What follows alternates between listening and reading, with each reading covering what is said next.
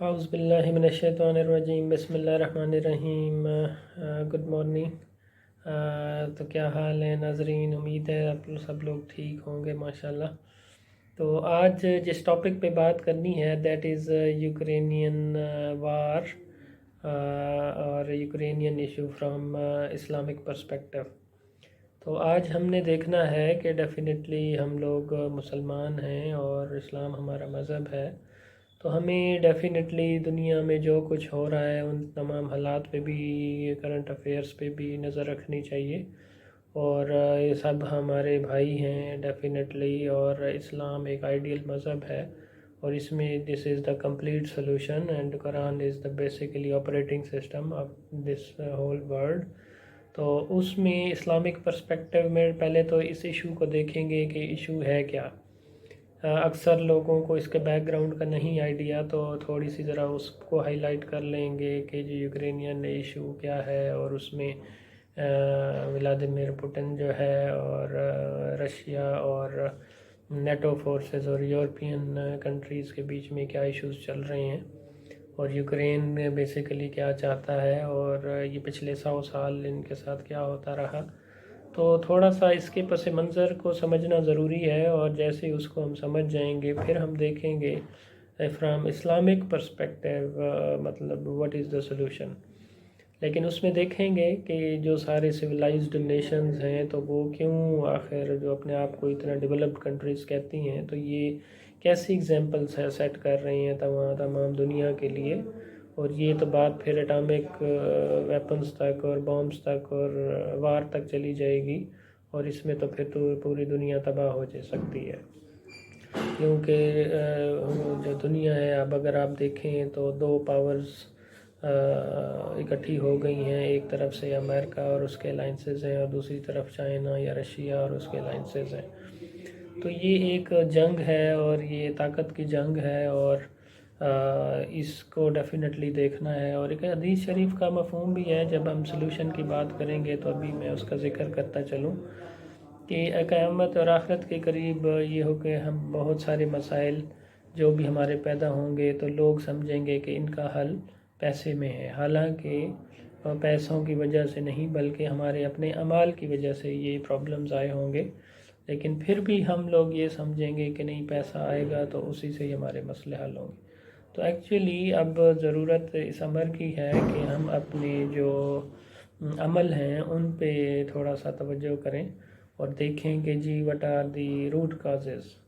کہ مین وجوہات کیا ہیں، اور how we can resolve this solution, resolve this problem. تو اس میں ڈیفینیٹلی یہ ساری چیزیں ہم نے دیکھنی ہیں۔ تو تھوڑا سا میں بات کرتا چلوں کہ یہ ایشو تھا کیا۔ تو یہ 100 سال پہلے کی بات ہے، اگر ہم ہسٹری کو پہلے سے تھوڑا سا ڈسکس کر لیں تو یہ Ukraine basically that was the part of Russia, اور پھر جب فرسٹ ورلڈ وار ہوئی تو اس سے لے کے اور ان کا شروع سے ہی پھر اس میں یورپین کنٹریز کے ساتھ بھی یہ ملنا چاہتے تھے، اور پھر یورپین کنٹریز جو پاورفل ہوئے اور امریکہ کے الائنس میں تھے،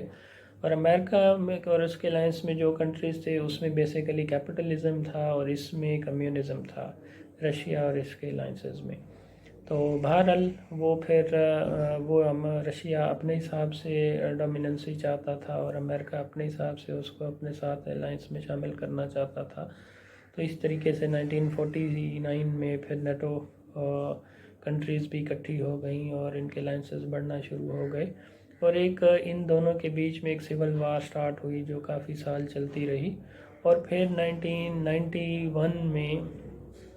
رشیا کے ساتھ جو الائنسز میں کنٹریز تھے یو ایس ایس آر کے، وہ پھر الگ ہونا شروع ہو گئے اور رشیا کی طاقت میں کمی ہونا شروع ہو گئی، اور اسی طریقے سے 2004 اور اس سے آگے پھر باقی بھی جو اسٹیٹس تھیں،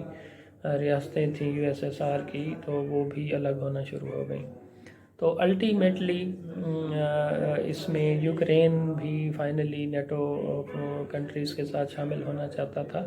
لیکن یہ بات ڈیفینیٹلی رشیا کے لیے فیوریبل نہیں تھی، تو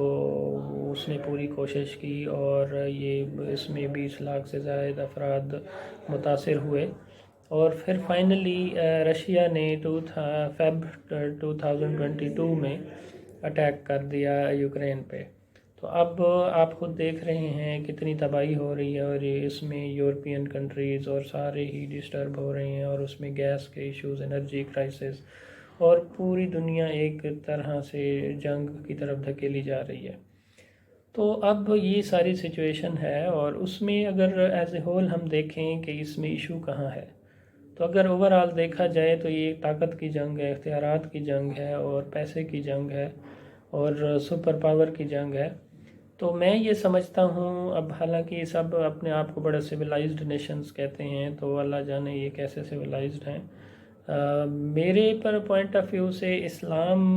کے پوائنٹ آف ویو سے اس کا سلوشن کیسے پاسبل ہو سکتا ہے، تو ڈیفینیٹلی میرے اگر آپ لیکچر سنیں تو اس میں اگر ہم الحمدللہ، کیونکہ Quran is the operating system of the whole world, اور پھر اس میں خلافہ از دا اونلی سلوشن، اسلام خلافہ، اور اس کے اندر حکمیت جو ہوگی وہ اللہ کی ہوگی، اور قانون جو ہوگا وہ قرآن و سنہ کے مطابق ڈیزائن کیا ہوگا، اور پلاننگ جو ہوگی وہ مسلمز کریں گے. تو یہ بیسک پرنسپلز ہیں خلافہ کے. اگر یہ ہم لگا دیں تو آپ اس کی بیوٹی کو ذرا کائنڈلی انڈرسٹینڈ کریں کہ امیجن کریں جب دنیا میں کوئی سپر پاور انسانوں میں ہو ہی نہ.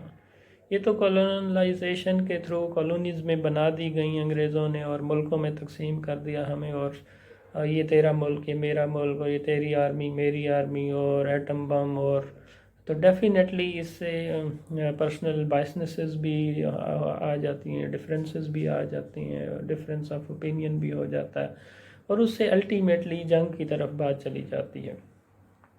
اور ہمارا کیونکہ سٹینڈرڈ پیسہ ہے، دولت ہے، تو پاور ہے، تو وہ الٹیمیٹلی بات جنگ پہ ہی ختم ہوتی ہے، کیونکہ دنیا کی محبت ہر فساد کی جڑ ایک حدیث شریف کا مفہوم ہے.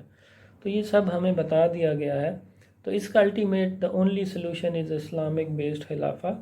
اور اس میں کیا ہوگا، جب حاکمیت ہی اللہ کی ہوگی تو پھر اس میں ڈیفینیٹلی امریکہ سپر پاور ہو یا رشیا یا چائنا، یہ بات ہی ختم ہو جائے گی. ہر ایک اپنا ملک اپنے پہ فوکس کرے، اور اس سے کیا ہوگا، الٹیمیٹلی قانون سازی بھی میری اور تمہاری نہیں ہوگی، ہماری ایک دوسرے کی بائسنسز نہیں ہوں گی، تو وہ اللہ کے قانون ہوں گے. تو اس میں کسی کا ڈفرینس آف اوپینین سوال ہی نہیں پیدا ہو سکتا. لیکن اس میں مین جو پوائنٹ ہے وہ یہ ہے کہ کمپلیٹ قرآن اور سننا امپلیمنٹ کرنا ہے، اس میں اپنی مرضی سے چینجز نہیں کرنی، اوریجنل فارم میں انشاءاللہ.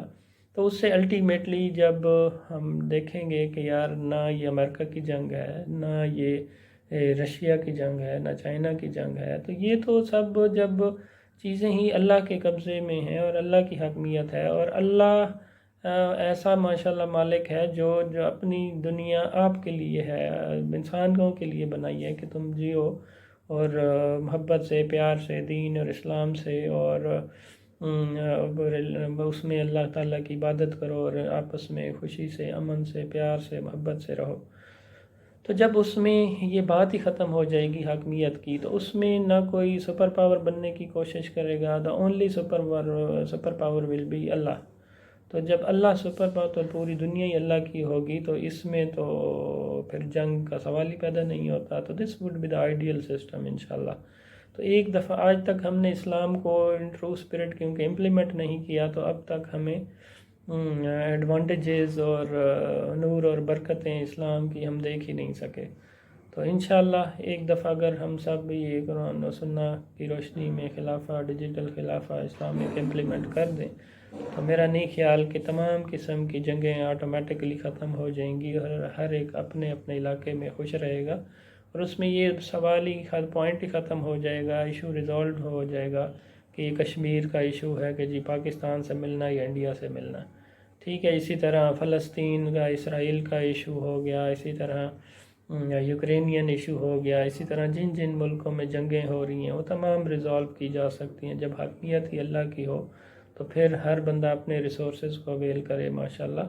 تو اور کمپلیٹ ماڈل آلریڈی قرآن و سنہ میں دے دیا گیا، اور میرے لیکچرز میں بھی میں نے کچھ کوشش کی ہے. تو انشاءاللہ دس از دا آئیڈیل سلوشن. تو آئی ہوپ آپ نے اس لیکچر کو بھی انڈرسٹینڈ کیا ہوگا، اور تھوڑا سا ہمیں آئیڈیا بھی ہو گیا ہوگا کہ اسلام اور قرآن و سنہ کی روشنی میں how these matters and main issues may be resolved. تو love Islam and love humanity. تو تھینک یو سو مچ، آج کے لیے اتنا ہی کافی، ملتے ہیں انشاءاللہ ایک نیکسٹ لیکچر کے ساتھ. جزاک اللہ، تھینک یو سو مچ.